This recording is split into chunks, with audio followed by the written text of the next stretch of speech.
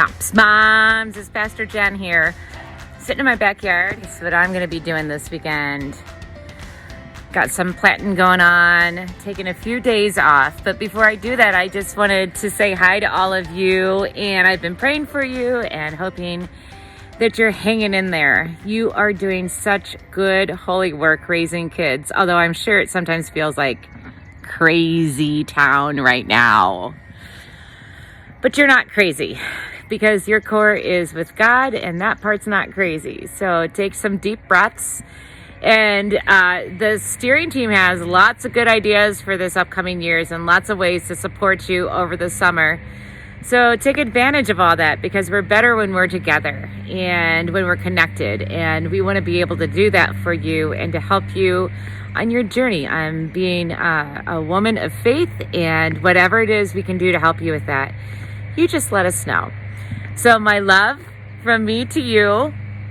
I hope you get moments of peace and quiet, and if not, just some deep breaths and know that you are loved. I've been praying for you, and we'll see you later. Bye.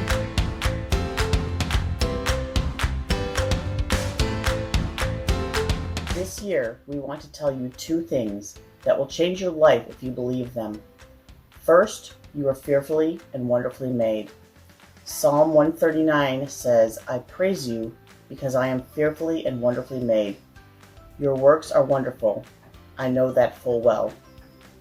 Second, because you are fearfully and wonderfully made, you have work to do.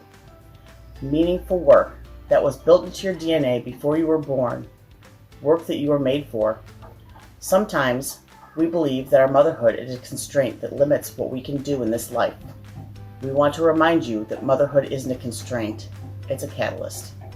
In fact, God appointed a woman named Deborah to be a judge over the nation of Israel.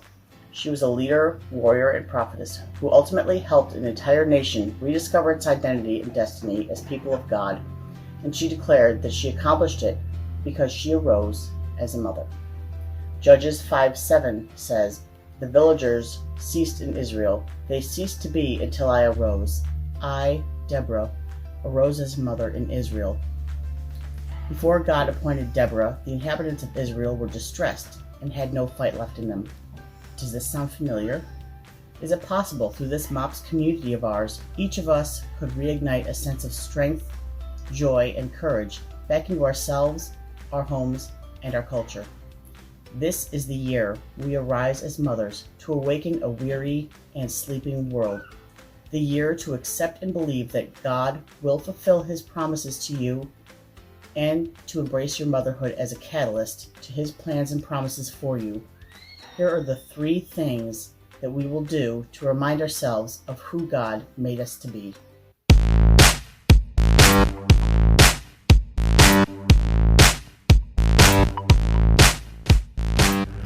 Arise as a mother. This is your year to get strong physically and mentally, to own the body you have been given, to do all the things God has given you, to build mental and physical stamina, to do important things like chase your children around the yard, to help out a fellow MOPS mom, to volunteer at a local food pantry, to embrace your body's potential, to build up your mental and physical abilities so you can handle the daily day-to-day tasks or meltdowns from your children. Often we wait for the right details to come into place before we act. But maybe, yes, this is the year God is saying, stop waiting. Get into it, body and mind. This is the year we embrace the self God has given us.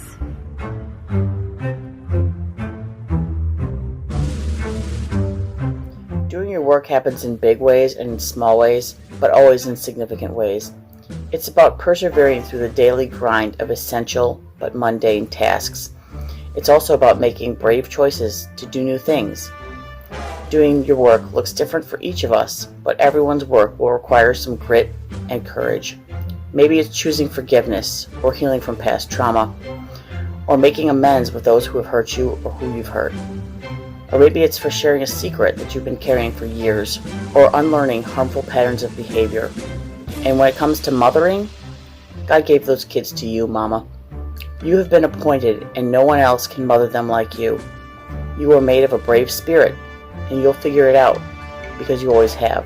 And you have God and your mop sisters to help you figure it out.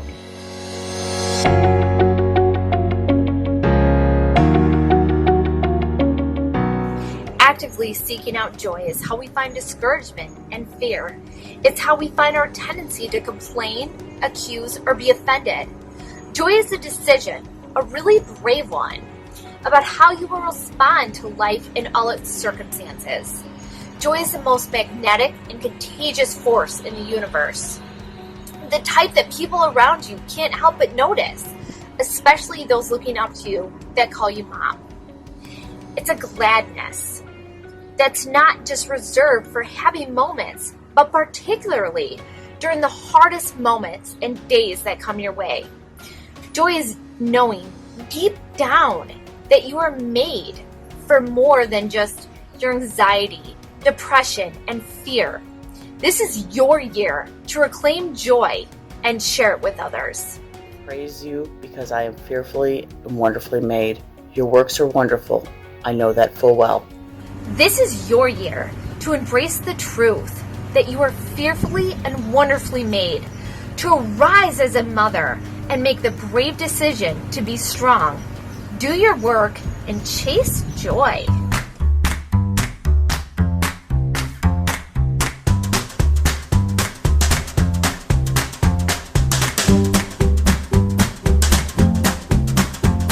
I, Lori, will arise as a mother. I, Christina, will arise as a mother. I, Stacy Haskell, will arise as a mother. I'm Carolyn Weiss, and I will decide to arise as a mother, a grandmother, and a mentor. I, Sharon, will arise as a mother. I am Jennifer Schlosser, and this year I will arise as a mother. I, Sarah, will arise as a mother.